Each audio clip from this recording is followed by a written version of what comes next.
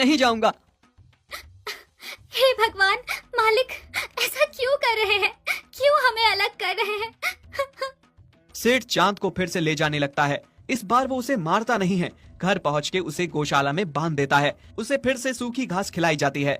चांद को इस बार एक मोटी रस्सी से बांध दिया जाता है ताकि वो भाग न सके, पर फिर भी वो वहाँ से भागने के बारे में सोचना नहीं छोड़ता।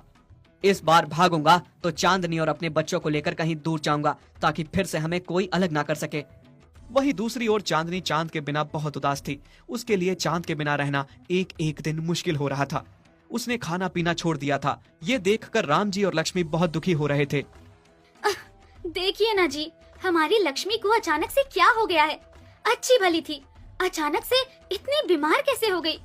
ये सब तुम्हारे कारण हुआ है। तुम्हारे साथ मैं भी इस पाप का भागीदार बन गया हूँ। हाँ, मेरे कारण? मैंने क्या किया? क्या तुम अंधी हो गई हो? तुम्हें दिखता नहीं है चांद और चांदनी का प्यार? वो दोनों एक दूसरे से कितना प्यार करते हैं। चांदनी का बच्चे का बाप भी चांद ही है।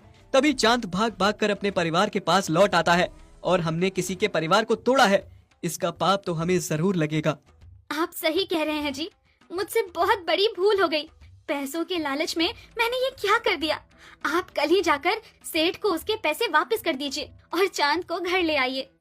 उधर चांद पूरी रात रस्सी को तोड़ने में लगा रहता है। आखिरकार उसकी मेहनत रंग लाई। वो उस मोटी रस्सी को तोड़ने में कामयाब हो ही जाता है और रात में वहाँ से भाग जाता है। रात के अंधेरे में वो रास्ता भटक जाता है और चलते चलते बहुत थक जाता है। ऊपर से भूख और प्यास से बहुत बुरा हाल था। फिर चांद को एक जगह हरी घास का खेत दिखता है। चांद उस खेत में घुस जाता है और घास खाने लगता है। तभी कुछ लोग उसे घेर लेते हैं और पकड़ के एक छोटी सी अंधेरी गौशाला में बांध देते हैं। यहाँ पहले से बहुत दुर्बल पड़े हुए डरे जानवर थे। राम जी अगले दिन सेठ के पास चांद को लेने के लिए पहुँचता है, पर सेठ से उसे पता चलता है कि चांद फिर से भाग गया। राम जी आके अपनी पत्नी को बताता है। दोनों चांद के लिए बहुत चिंतित होते हैं। हमारा चांद कहाँ गया होगा? अभी तक तो वो घर पहुँच जाता, पर उसका कोई अता पता ही नहीं है। कहाँ गया होगा वो भूखा प्यासा? आप सही कह रहे हैं जी, पर आप चिंता मत करिए, सब ठीक हो जाएगा। वहीं दूसरी तरफ चांद का उस कैद में दम घुट रहा था। वो सोच रहा था भगवान ने उसकी कितनी बुरी किस्मत लिखी है और कितना और दुख देखना बाकी है। मुझे तो लग रहा है कि मैं अब मर जाऊंगा। नहीं नहीं, इतनी तकलीफ उठाने के बाद अब मैं हार नहीं मानूंगा। मुझे कुछ भी करके अपने बच्चों और चांदनी के पास पहुंचना है, बस। तभी चांद दीवार को तोड़ने की सोचता है, क्योंकि दीवार कच्ची थी। उसने सींग मार मार कर दीवार तोड़ दी, लेकिन तभी वहां गौशाला का मालिक आ जाता है और चांद को बहुत मारता है। चांद को इतना मारा जाता है कि वो जमीन पर गिर जाता है। ये देख के सारे जानवर गुस्सा हो जाते हैं और सारे उस आदमी पर टूट पड़ते हैं और उसे मार डालते हैं। और फिर सारे जानवर खुशी खुशी वहां से भाग जाते हैं। चांद भूखा प्यासा था और मार खा के वो इतना दुर्बल पड़ चुका था कि चल पाना अब उसके बस की बात नहीं थी। पर फिर भी जैसे तैसे वो चल के घर पहुंचा। जैसे ही चांदनी ने उसे देखा, मानो उसकी जान में जान आ गई हो। वो चांद को पुचकारने लगी। तुम आ गए? मैं जानती थी तुम जरूर आओगे। कैसे नहीं आता? अब मैं तुम्हें और अपने बच्चों को लेकर कहीं दूर चला जाऊंगा, जहाँ हमें कोई अलग न कर सके, कोई हम पे अपना हक न जता सके। तभी लक्ष्मी चांद को वापस पाकर खुश होकर कहती है, चांद तू आ गया, मुझे यकीन था तू जरूर आएगा।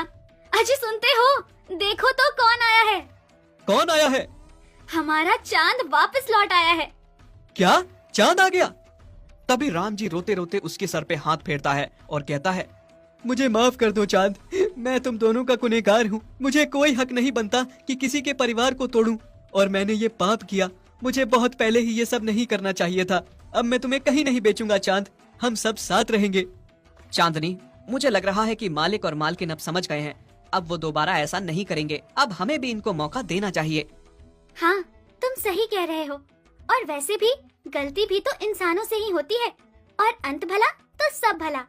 और फिर सब खुशी से रहने लगते हैं। अगर आपको हमारी ये वीडियो अच्छी लगी तो प्लीज़ हमारे फेसबुक पेज